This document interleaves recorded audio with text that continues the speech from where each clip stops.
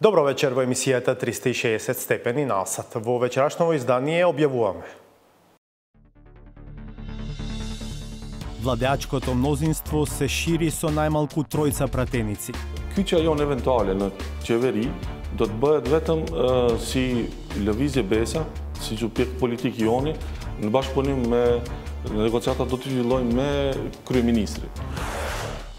Достоинството е многу важно, идентитетот е многу важен. I've not heard anything from the Greek side that denies identity. ВМРО ДПМН и Христијан Мицкоски се против промена на идентитетот и нацијата. Но што всушност значи терминот nationality и дали тоа има врска со идентитетот на етничките македонци? Постои еден вид на недостаток на јасна визија за она во која насока треба да се движи судството и правосудството и во која насока треба да се реформира, особено во наредните 5 години. Предлог законот за забрана на цијанид го бранува рударскиот сектор. They don't really seem to understand what they have proposed. Пратениците предлагачи смируваат. Законот не ги опфаќа старите постоечки рудници. Истражувавме која е вистината за цијанидот и какви се европските стандарди. Овие се фабрикации од Холивуд, каде што мајка му на Александар ја нарекуваат Олимпија. Изворното име е Марија. Нали? Саботажа. Останете со нас, се враќаме по кратка пауза.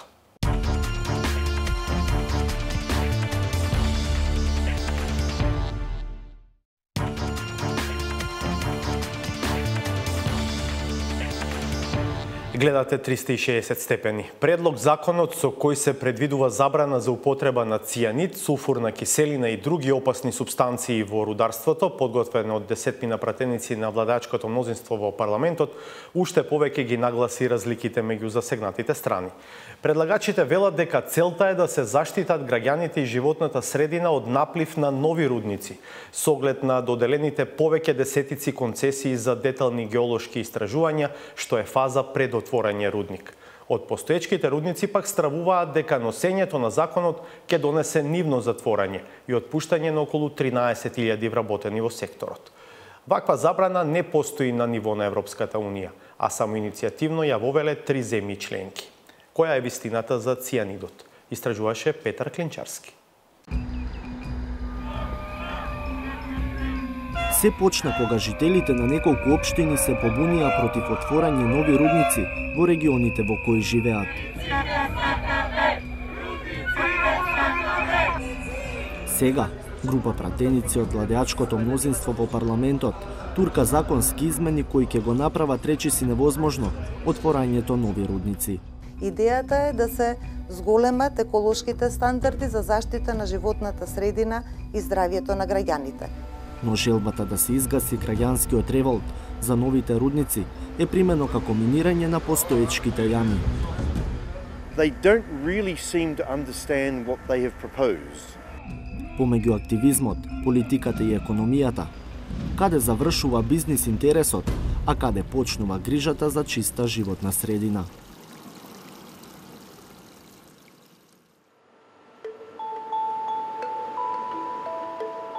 Пораката срекно, пред окното говори дека за еден рудар што оди на работа не е доволна само заштитната опрема.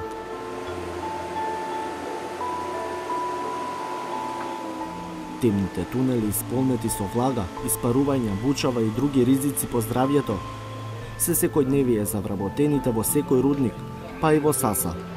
Таква е природата на работата, но носи леп на масата на илјадници семејства во блиското градче Македонска Каменица и околината. Од ископот и продажбата на рудното богатство живее и општината. I live in Kameneca. There is no impact from the mine there. It's a nice town. I'm happy to live there. The people are good, and the environment is very clean. Makedonska Kameneca is a small town. It's only about 7,000 people. But they have facilities in that town that much larger cities and communities don't have because the mine supports the town.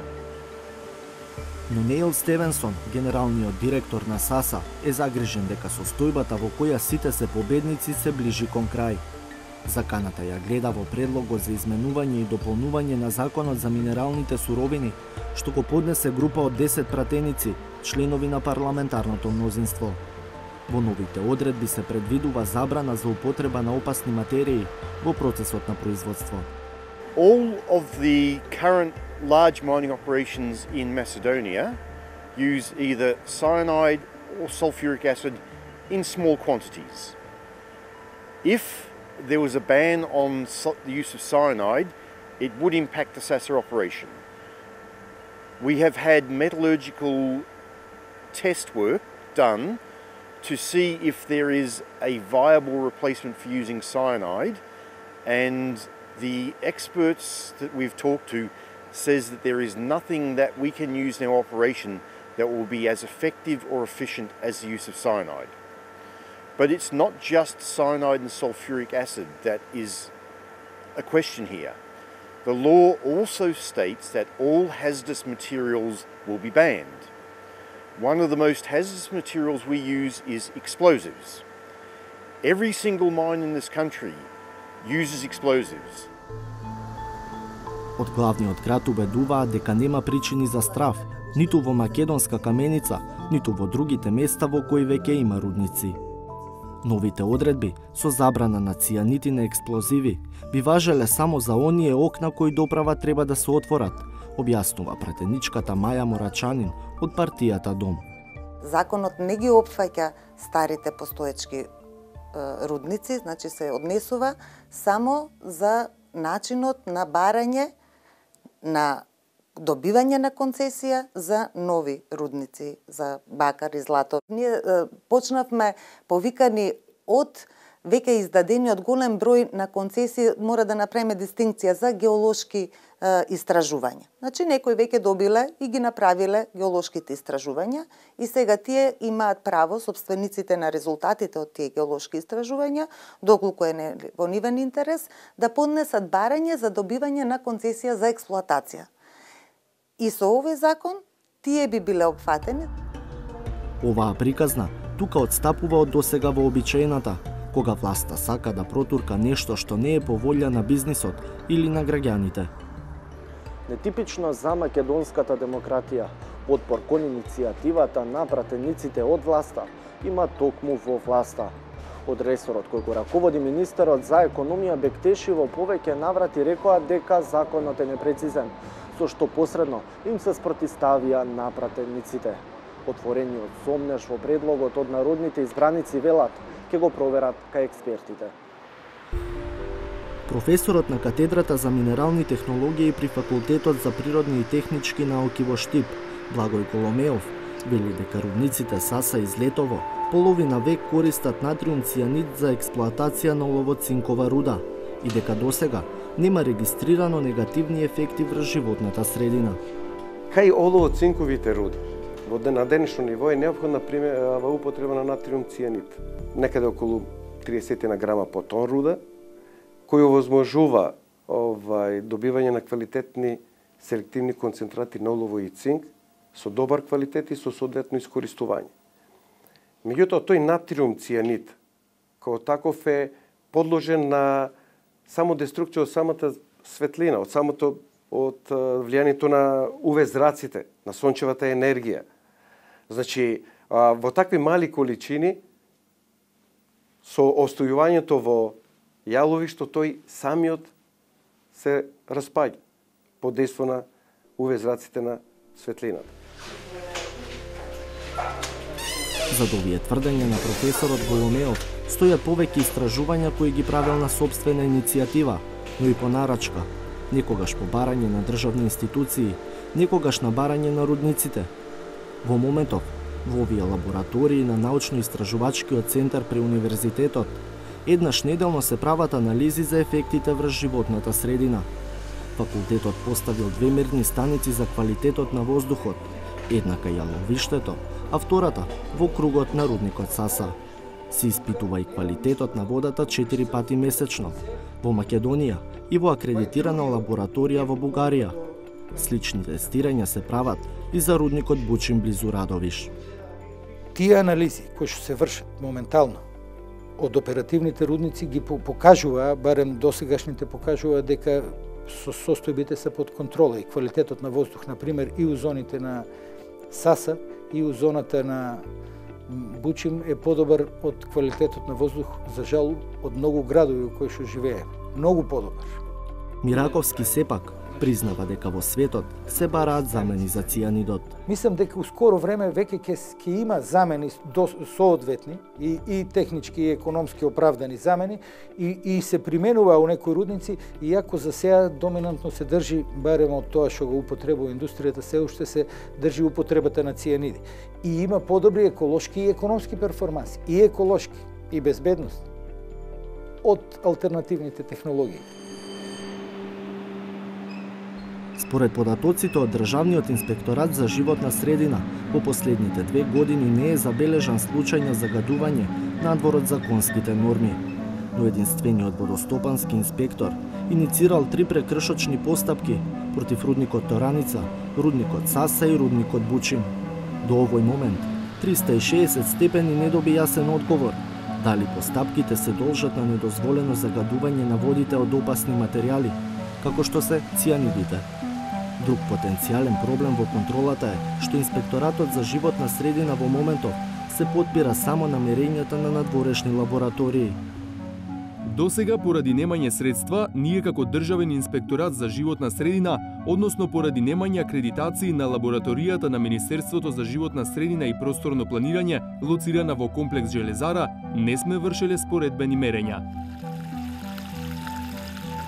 Токму немањето обсежни и до крај кредибилни податоци е аргумент за пратениците да продолжат да ја туркаат иницијативата, што треба да спречи понатамошна употреба на опасни материјали во рударството. Многу малку средства се вложуваа со години, од таму пак и најчесто потекнуваат овие релевантни информации за кои вие зборувате, а тоа е неопходно. Че ние многу малку имаме релевантни статистички податоци на кои би можеле да се повикаме во било која област, вклучително и ова, затоа што ние, например, немаме закон за почва. На потребата на детално планирање и анализа уште пред неколку месеци апелираше експертот по индустријско загадување Бошко Нинов, независно дали станува збор за цијаниди или за други опасни материи. Кај нас, за жал, се уште има недоречености во изработката на комплетната документација и може да се случи тие наоди да бидат недоволно докажани и после тоа да настанат недоразбирања. Кога 360 степени разговараше со Нинов во екот на протестите против нови рудници, тој предупреди дека експлоатацијата на минералните богатства секако ја загрозува природата, па затоа мора да се измерат штетата и ќарот. Тука до некаде и паѓаме на испитот. Она што всушност недостасува е да се направи една екс-анте проценка на еколошка штета. Затоа што на тој начин и инвеститорот и граѓаните ќе бидат заедно и ќе дојде до една, па да речам, социализација на проектот. Што би значило? Тоа значи дека при откривање на рудникот ќе се направи штета врз туризмот и таа штета ќе биде толкава. Ќе се направи штета врз живиот свет, ако е тоа значителна штета, ќе се направи исто така проценка и сето тоа треба да се компензира. Пресметката на тие штети пред да почне експлоатацијата е пресметка екс анте. А пресметка откако ќе настане одредена штета, тоа е веќе поствестно. За разлика од штотуку разбудената свест за цијанидите во Македонија, дебатата во Европа трае со децении. Аргументите за забрана примерно потекнуваат од несрекните случаи како во 2000-та година, кога во Романија се излеваат десетици тони цијаниден раствор во реките Тиса и Дунав. Од 2010 година до денес, Европскиот парламент 2 пати и препорача на Европската комисија да ги забрани цијанидите во рударството. На последната препорака нема одговор, а во првиот случај комисијата ги одби. Поради недостиг на алтернативни технологии, општата забрана за употреба на цијанид би значила затворање на постојните рудници кои работат врз основа на строги стандарди дефинирани во директивата. Иако нема забрана на ниво на Европската Унија, некои земји членки, како Германија, Унгарија и Чешка, го имаат забрането цијанидот во рударството. Главна причина е стравот од загадување при несреќи од голем обем, било да се последица на човечка грешка или на природни катастрофи. Но други членки на ЕУ и понатаму реализираат нови рударски проекти со употреба на цијаниди. Нивниот аргумент е дека споменатата директива предвидува строги стандарди за употреба на цијанидот во рударството во ЕУ и покрај стравот, колку тие стандарди се спроведуваат во новите членки. Кој пат ќе го следи Македонското собрание ќе зависи од анализите, но пред се и од договорот помеѓу политичарите. Иако целата јавна дебата беше поттикната од граѓанските протести против нови рудници, новиот закон, дури и да биде донесен, најверојатно нема да ги запре сите нови рудници. Додека парламентот да го донесе или усогласи новиот закон, еден од рудниците против кои се протестираше, Казандол кај Валандово, веќе доби дозвола за експлоатација. Од пред 3 недели чекаат и најинтегрирана еколошка дозвола, последниот чекор пред започнување со работа. Следува уште една кратка пауза по која ќе гледате. Достоинството е многу важно, идентитетот е многу важен. ВМРО ДПМН и Христијан Мицкоски се против промена на идентитетот и нацијата. Но што всушност значи терминот nationality и дали тоа има врска со идентитетот на етничките македонци? Постои еден вид на недостаток на јасна визија за она во која насока треба да се движи судството и правосудството и во која насока треба да се реформира, особено во наредните 5 години. Случај он евентуален чевери да бъдат ветам си левизија беса, си џупек политики они, баш по ним негоцијата дотижи лој ме крој министри. Африм Гаши, гостин во 360 степени.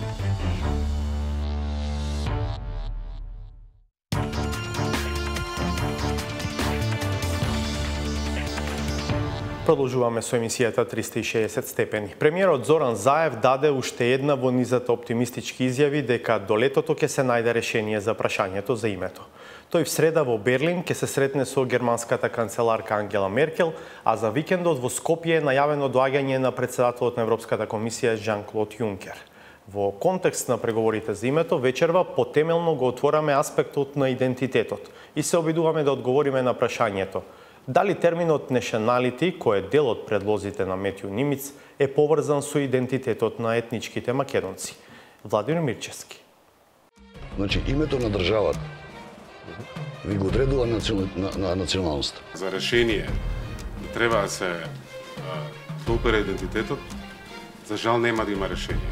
Промена на името на државата и промена на идентитетот. We're not going to change our name.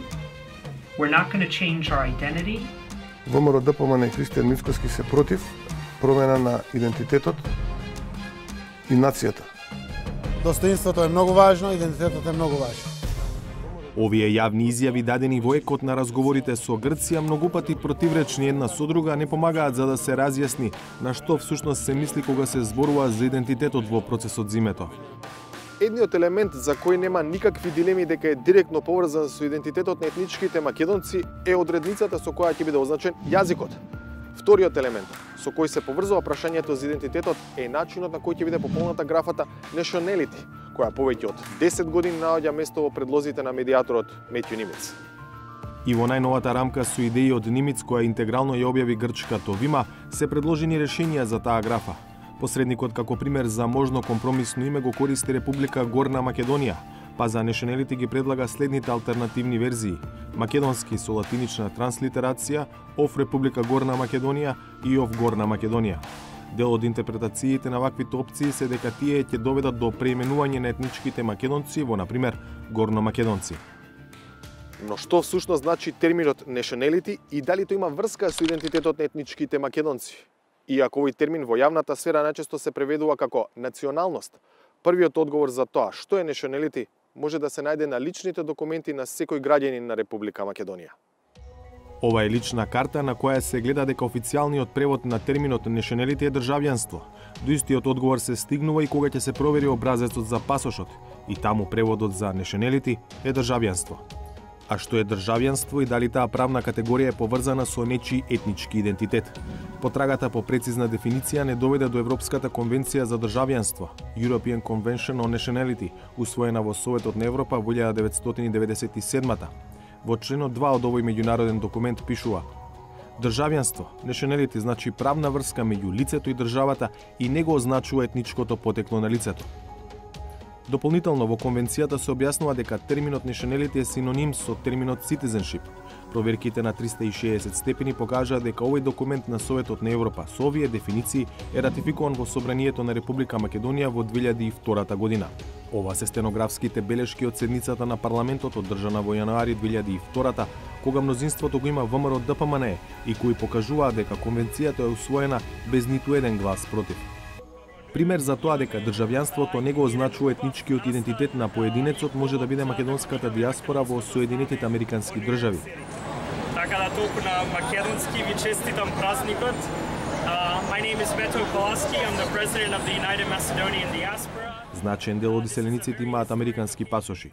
Увидот во нив открива дека во графата nationality или државјанство пишува на Соединетите Американски држави, но државјанството очигледно на никаков начин не ги ограничува овие луѓе да продолжат да се декларираат и чувствуваат за етнички македонци. Има и обратни примери, како синот на контроверзниот индиски бизнисмен Субрата Рој, Сушанто, кој има пасош на Република Македонија во кој во графата nationality му пишува македонско, што не значи дека Сушанто Рој по автоматизам станал етнички македонец. Промена на идентитетот. Да упера идентитетот, за жал нема да има решение.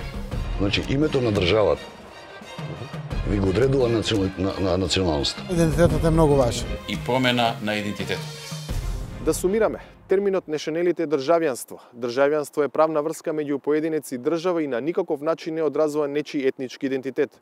При тоа, вториот аспект што се наметнува е како и со каков термин се изразува нечие државјанство. Примерот со американскиот пасош покажа дека во графата nationality, односно државјанство, стои името на државата, Соединети Американски држави. Има и други примери во светот, како холандскиот, во чии пасоши графата за државјанство е пополнета со придавката холандско. Во Република Македонија во овој момент државјанството се означува со терминот македонско, но не беше така до пред 10 години.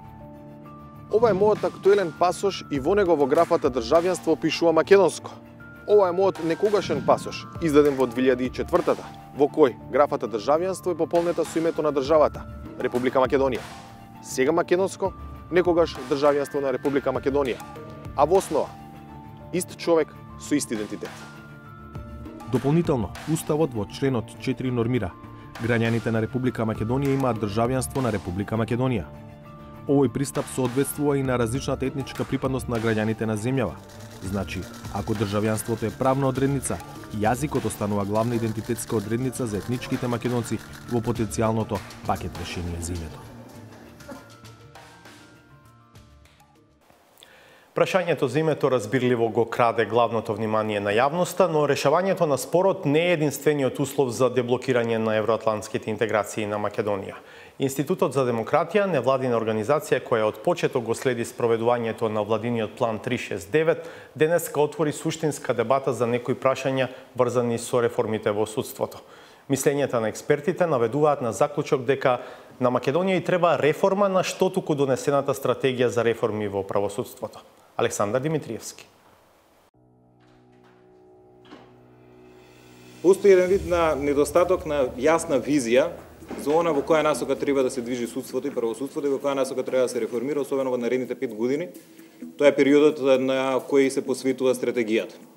Овој ни близу оптимистички впечаток беше дел од настапот на експертот по уставно право Денис Прешова. Тој денеска презентираше два своји труда изработени за Институтот за демократија како дел од наблюдувањето на оствареното од владиниот план за реформи 369. Стратегијата пред се беше донесена за потребите на процесот на евроинтеграција, за да добиеме чиста препорака. Вие, условно речено, реформите ви почнаа и пред усвојувањето на стратегијата. Во подкрепа на тезата дека стратегијата за реформи е избрзана, Прешова понуди и други аргументи. Например, според него документот го лоцира составот на судскиот совет како еден од главните проблеми во македонскиот систем, но во исто време не нуди нови решенија. Се инсистира и на индивидуална одговорност на членовите на судскиот совет, иако такво нешто вели не постои никаде. Имајќи предвид значи кое е значењето исто така на судството и не само во процесот на пристапување, туку и во процесот по пристапувањето во членство во Европската унија. Нашата стратегија повторно како една од своите стратешки цели е истакна европеизацијата на судството преку воведување на европски институционални стандарди во неговото функционирање. Но не се објаснува за што станува збор. Прво треба да се забележи дека не постои аки, односно не постои документ во рамките на правото на Европската унија кој го регулира прашањето на независноста на судството. Ниту Прешова, ниту стручната коментаторка на неговите трудови, поранешната судика во Страсбур Мирјана Лазарова-Трајковска, а ниту присутните сепак не се впуштија во понуда на решенија како да се реформира македонското судство. Аргументите им беа дека во моментов нема основа за такво нешто да се случи.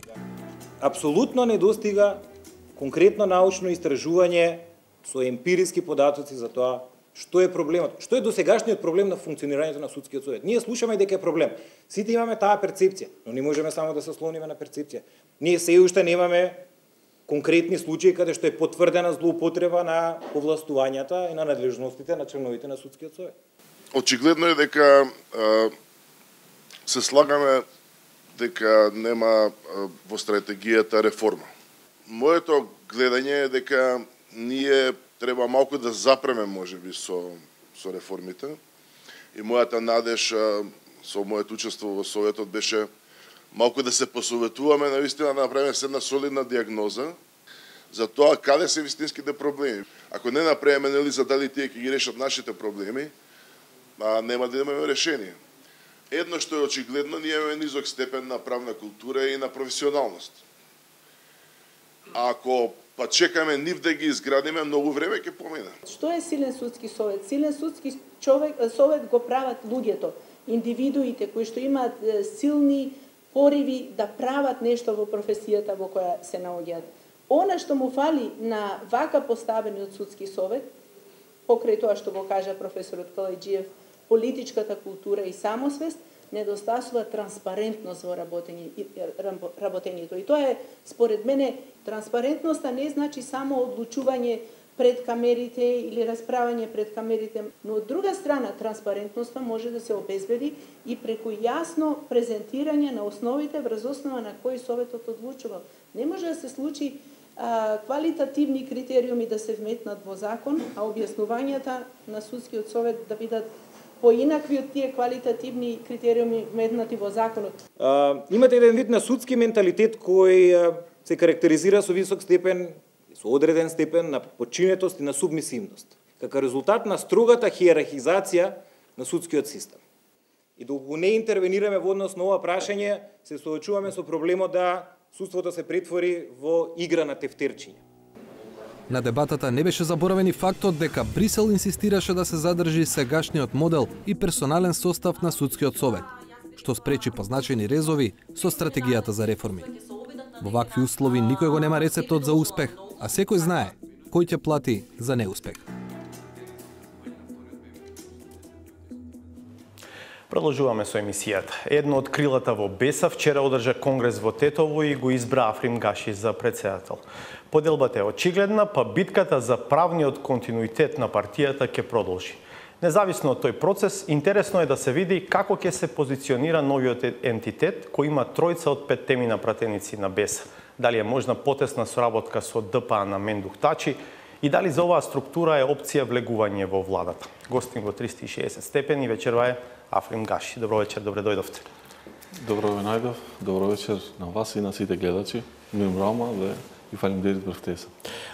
Господине Гаши, вие и крилото предводено од Билелка сами тврдите дека сте легитимни представници на тоа што беше или е движењето БЕСА, но настрана од легитимитетот е легалитетот, па во случај да изгубите правната, легалната битка, битката на суд, дали ќе формирате нова партија и како ќе се вика таа? Кога и фалимдерите да njërë për ftesën, Lëvizja Besa në vitin 2014, kur filloi etablimin e saj dhe hapat e parë në politik, ishte një subjekt që nuk kishte as vula, as brend të njohur, por dal nga dal me figurat e reja, me njerëzit që ne i ftuam të bëhen pjesë e kësaj ideje, këtij koncepti. Pas 2-3 viteve, ajo u shndrua në një organizatë serioze politike. Се согласувам, битката за брендот не е неважна битка, така е. Ако е тоа воведот кој што го правите. Jo, patjetër, ajo është pjesë shumë e rëndësishme e jona dhe për shkak se identiteti i asaj lëvizje ka buruar në kokët e disa njerëzve dhe është shpërndar prej tyre dhe shumë është me rëndësi një punë që ti e lind, e kultivon, e rrit, që ajo të mbetet pronë dhe identifikimi i yti. Dhe ato njerëz që ishin dje në kongresin e Lëvizjes Besa, ata njerëz duan të identifikohen me atë emër. Dhe ne do të bëjmë çmos që ta fitojmë këtë betejë. Avokatët tonë, e drejta është në anën tonë. Ne jemi të bindur se e vërteta dhe drejtësia është me ne, por megjithatë do të pranojmë çdo vendim të gjykatës. Nëse vendimi... Што ако ја изгубите таа битка на суд, што ќе правите? Ќе формирате засебен ентитет, велам, како ќе се вика тој тогаш? Me siguri jeni në dieni se sot po flasim vetëm një ditë pas kongresit dhe ende nuk janë themeluar gjitha organet. Për mua shumë me rëndësi, si kryetari i Lëvizjes Besa, të jem shumë i kujdesshëm që çdo vendim që e marrim, ajo të para se gjithash tjetë i përkrahur nga organet e Besës, kryesia dhe kuvendi qendror. Çdo sfidë që do të na vijë në të ardhmen, qoftë me çështjen e legalitetit të brendit Lëvizjes Besa, ne do duhet ta diskutojmë brenda strukturave dhe të marrim një vendim. Edhe pse unë jam i parë... Но не исклучувате формализирање на нов субјект ако бидете доведени во таква ситуација? Po, nuk përjashtohet. Ne rrugtimin ton, idenë ton, konceptin ton, parimet tona nuk ndahemi prej kësaj rruge, pavarësisht se me çfarë emri. Ne mendojmë se para se gjithash legaliteti, legitimiteti është më i rëndësishëm se legaliteti dhe identiteti, koncepti, ideja dhe njerëzit që e përfaqësojnë këtë ide janë shumë më të rëndësishëm se emri, por do ta zhvillojmë betejën me aq sa mundemi në të gjitha frontet. Што ќе се случува со пратеничката група? Вие повеќе пати изјавувате дека таа е единствена, но факт е дека со вас се тројца, или еве заедно со вас имате тројца пратеници кои што се дел од оваа структура на Беса. Каква ќе биде судбината на пратеничката група? Deri në momentin kur nuk do të ketë vendim të gjykatës dhe derisa ndonjë deputet i prej këtyre 5 deputetëve nuk ndjehet se është pjesë e atij subjekti, ne do të mbetemi si 5 deputet, si grup parlamentar.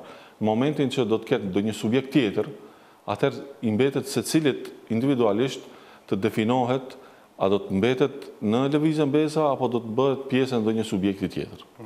Впечатливо беше присуството на председателот на ДП Амендух Тачи на вчерашниот ваш собир, па веќе се плетат приказни за тоа дека ова е вовет во можни нови чекори и во парламентот. ДП има 20 пратеници, вие тројца, па ако следи ваква судбина за каква што зборуваме, тогаш 3 плюс 2 се 5 и тоа е рамно на доволно за нова пратеничка група. Дали такви опции се во игра? Nuk ka të vërtet asgjë nga ajo që përflitet, e kam dëgjuar edhe unë, por në këtë nuk ka asgjë të vërtet. Spaku unë nuk jam në dieni për këto gjëra.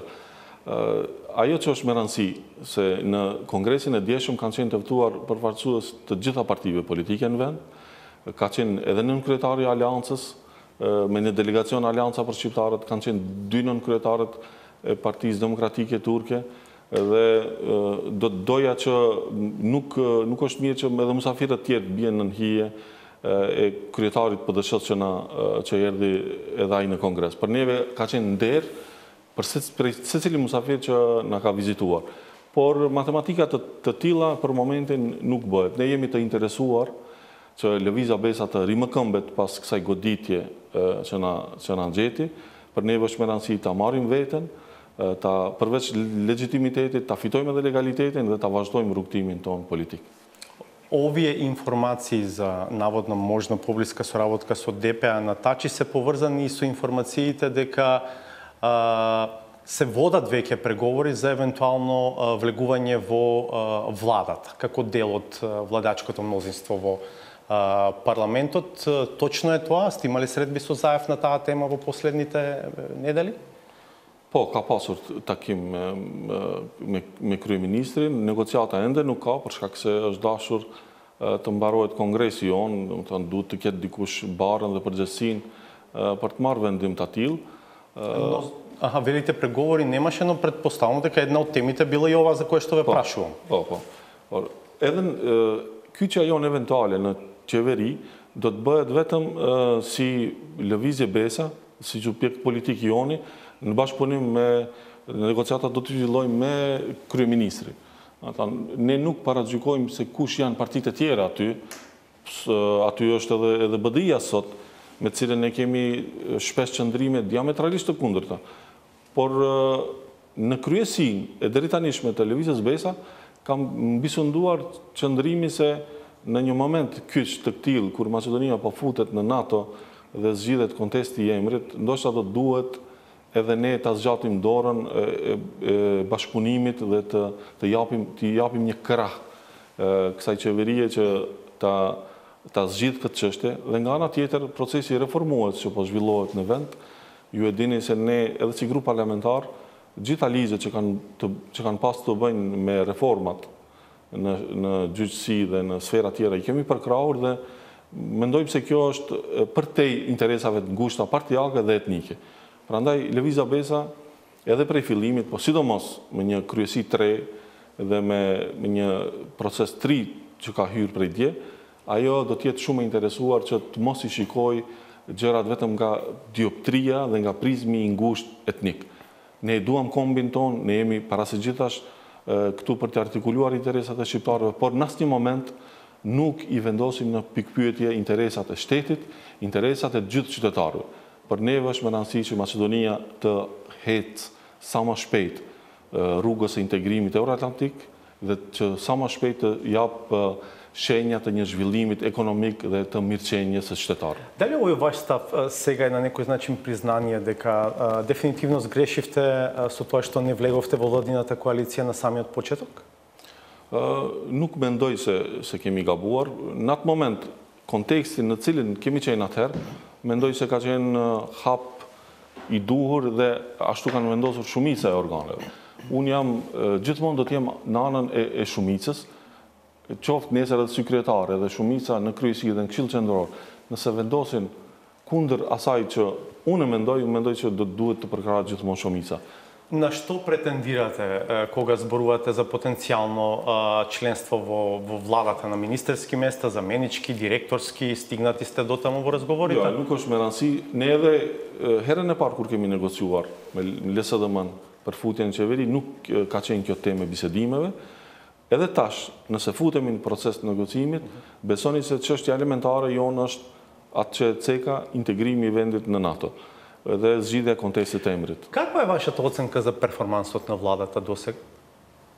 Si deputet, mund të them se është shfaqur një kulturë tjetër e komunikimit, ka pasur disa shenja pozitive, gatishmëria që të futemi në zgjidhje të problemeve kyçe, siç është rasti me zgjidhjen e marrëveshjes me Bullgarinë, futja në negociata serioze për zgjidhjen e kontestit të emrit. Këto 2-3 hapa kanë qenë shumë të guximshëm dhe ne i kemi përkrahur këto hapa. Performansat e tjera mendoj që ndoshta është ende herët të vlerësohet, sidomos aspekti ekonomik i përmirësimit të jetës së qytetarëve. Në këtë drejtim feedbacku edhe përshtypja ime është se nuk kemi ndonjë përmirësim të dukshëm, por ndoshta është ende herët dhe prandaj edhe ne si Lëvizje Besa në programin e ri e kemi vendosur këtë si prioritet tonë. Ne do të flasim mbi të gjitha për zhvillimin ekonomik të vendit, për mirëqenien e qytetarëve, sepse i kemi qytetarët një pjesë të madhe të tyre që jetojnë në prag të varfërisë, disa në varfëri të thellë, shumë të ri na ikin, po na ik truri, po na ikin kuadrot e reja, dhe unë mendoj se kjo nuk është një ardhmë e mirë për vendin. Do duhet bëjmë çmos që t'i ndalim trit, t'a ndalim kadrin, kapacitetin, të përmirësojmë jetën e qytetarëve dhe pjesëmarrja jonë, eventuale në qeveri edhe angazhimi jonë politik në të ardhmen do të jetë fokusuar mbi këtë dimenzion. Što mislite za ovo što se случува во парламентот? Неколку недели нема пленарна седница. Имате ли став околу законот за јазици, тие 35.000 амандмани кои што ги поднесе ВМРО ДПМН? Како ја оценувате состојбата во парламентот? Nuk mendoj se është hap i mirë, mendoj që çështjet të cilat duhet të zgjidhen në vend, duhet të zgjidhen sa më shpejt. Futja e problemeve nën tavolinë, ajo nuk i zgjidh ato, vetëm i zmadhon. Dhe mendoj që kjo është një prej problemeve më kronike që i kemi pasur si shtet. Po i kishim qasur problemeve nga një dimenzion që në momente që paraqitet një problem ta zgjidhim, sot ne do të ishim edhe në NATO dhe në BE dhe jeta e qytetarëve do të ishte tjetër. Prolongimi dhe moszgjidhja e problemeve na ka sjellur këtu ku jemi sot. Prandaj edhe çështja e ligjit të gjuhëve. Unë mendoj që nuk është zgjidhje, kemi thënë këtë edhe në kuvend. Kjo nuk e zgjidh problemin e gjuhës dhe është keq që po e lëshojmë një shans të tillë, por edhe kështu si është, VMRO-ja do duhet të pranoj këtë ligj, të mos e bllokoj as ligjin, as punën në parlament që të mundet shteti të ecë para, për shkak se jemi para një momenti shumë historik, zgjidhja e kontestit të emrit, dhe kjo është në dobi të gjithë qytetarëve. Unë mendoj se kur jemi në këso situata, çdo entitet politik do duhet para së gjithash ta ketë interesin shtetëror të gjithë qytetarëve para atij partijak dhe grupor. Завршуваме, а ќе завршиме со тоа што почнавме. Вчера сте избран за председател на еден дел од структурата на БЕСА. Има многу информации за тоа дека некој од позадина ги влече конците во таа структура, па во таа смисла дали сте председател со полн капацитет, господине Гаши? Shpekulimet e tilla ka pasur dhe do të ketë, por unë me përgjegjësinë më të lartë e them se organet e BES-ës, kryetari, kryesia dhe këshilli qendror gjithmonë, derisa jam unë kryetar aty, do t'i marrin vendimet. Askush prej jashtë nuk do të mundet të ndikoj që të ndryshojnë vendimet e BES-ës. Nga ana tjetër, dua t'ju përmirësoj se nuk është ajo pjesë e strukturës. Dje ka pasur në kongres mbi 545 delegat prej gjitha degëve, prej gjitha vendeve ku jetojnë shqiptarët. Ne kemi pasur një kongres dinjitos. Organizata politike Lëvizja BESA është e kompletuar. Është evident problemi që kemi me pjesën tjetër, po ajo është tashmë një subjekt krejt tjetër. Ne pikë të vetme të përbashkët e kemi vetëm kontestin në gjyq. Asgjë të përbashkët nuk kemi me ata më. Janë ndarë rrugët tona, uroj që ne ta vazhdojmë rrugtimin ton politik, duke e implementuar dhe të folur për programin që e kemi miratuar dje, dhe subjektet e tjera do t'i trajtojmë sikur që do t'a trajtojmë edhe këtë pjesë të mbetur të lëvizjes BESA. Me keqardhje. Благодарам што вечерова сте дел од 360 степени. Ju faleminderit shumë edhe juve. Наред уште една кратка пауза, а по-на е саботажата. Останете на нас.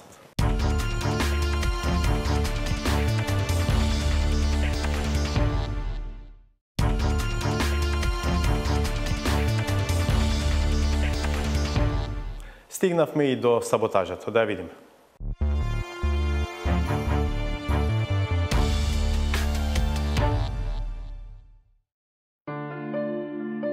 Теориите на заговор кои се моткаат низ јавниот дискурс се производ на неверојатниот анимозитет кон западната цивилизација.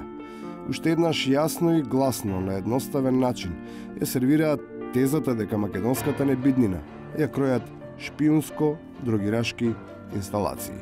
Што може да се очекува, например, од групација криминогени фактори кои ја преземаат власта во една мала банана државичка, која едва ја обстојува поради маса проблеми, нели?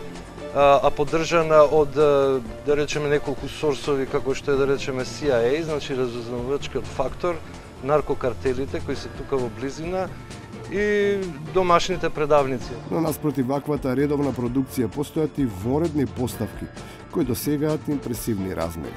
Според нив, во намерата комплетно да се девастира македонскиот корен, Не се вклучени само големите сили, туку и нивните изданоци, како центарот на светската филмска индустрија, кој со години работи на проблематизирање и уништување на каузата.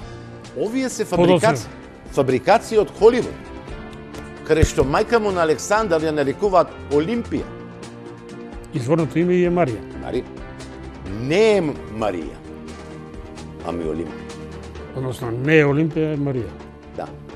За среќа постои клир, кој наместо со верата се занимава со изгонување од неа, но во ретките моменти на просветлување, проникливо ја пласира и шири информацијата дека никој не му може ништо на небескиот народ. Теза, која досега неколку пати била демантирана од никој друг, туку од историјата. Мајката Божја, Пресвета Богородица, е закрилничка на нашава света македонска земја. Господ Исус Христос, апостолот Павле, тие се столбовите кои нема да дозволат ни една ронка да фали од овие наши македонски простори. Благодата од небеските чувари ќе ја почувствуваат сите. Се разбира, освен оние што ќе бидат одвоени и оневозможени да се спасат, проти нив нема да им биде дозволено да газат по земјата македонска и ќе бидат прогонети од неа, како Адам. Заев шо ке прави? Кај ќе оди? Значи, тој се разгологази, извинете на израз, среда Македонија, среда цел свет и сега што ќе прави? Кој ќе го крие во таа голотија? Кој ќе му ги облече гаките? Ова врвна форма на интелектуалниот израз практично ја покажува сета пизма, ама не од идеолошки карактер, туку од загубата на привилегиите. Оттаму е зачудувачки кога оние за кои се проценува дека се бездолна облека, без предрасуди продолжуваат да ги респектираат клиентелистичките рестлови. И не е само тоа, туку тие атакуваат врз критичарите кои забележуваат на таа непримерност од морален и принципиелен аспект, па дури ги обвинуваат дека додека тие протежираат правда, некој посакува освета. Може би некој ќе ме осуди за ова што ќе кажа. Пред да пишеме на Facebook некои работи, треба да размислиме што навистина сакаме. И на крајот, треба навистина да се размисли што се сака, ама тоа во никој случај не смее да се кажува на телефон. Оти тогаш се станува жртва на љубовта. Ови не сум за нешто што сум сакал. Во винието пишува сакал, потенцирам сакал, да се набави блиндирано возило и сакал, потенцирам, сакал, тоа да не го знае јавноста. Јас навистина не сум чул да некој за сакање нешто биде обвинуван. Никој не може да биде обвинет за сакање, освен ако државата не ја користел за потајно да ги задоволува своите страсти. Тогаш тоа и не е љубов, туку неверство. Гледавте 360 степени, благодарам што бевте со нас. Следното наше издание е в петокот 22:30. Пријатно.